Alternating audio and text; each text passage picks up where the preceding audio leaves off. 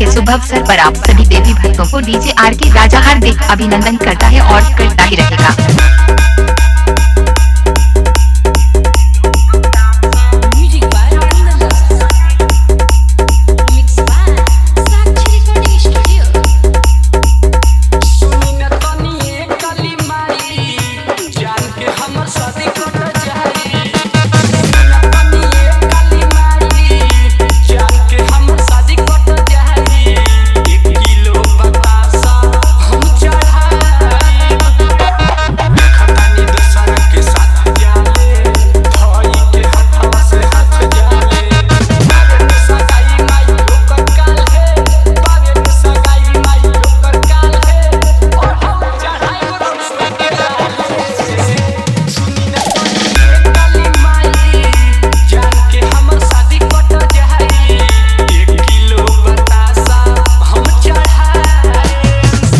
के शुभ अवसर पर आप सभी देवी भक्तों को डीजे आर के राजा हार्दिक अभिनंदन करता है और करता ही रहेगा।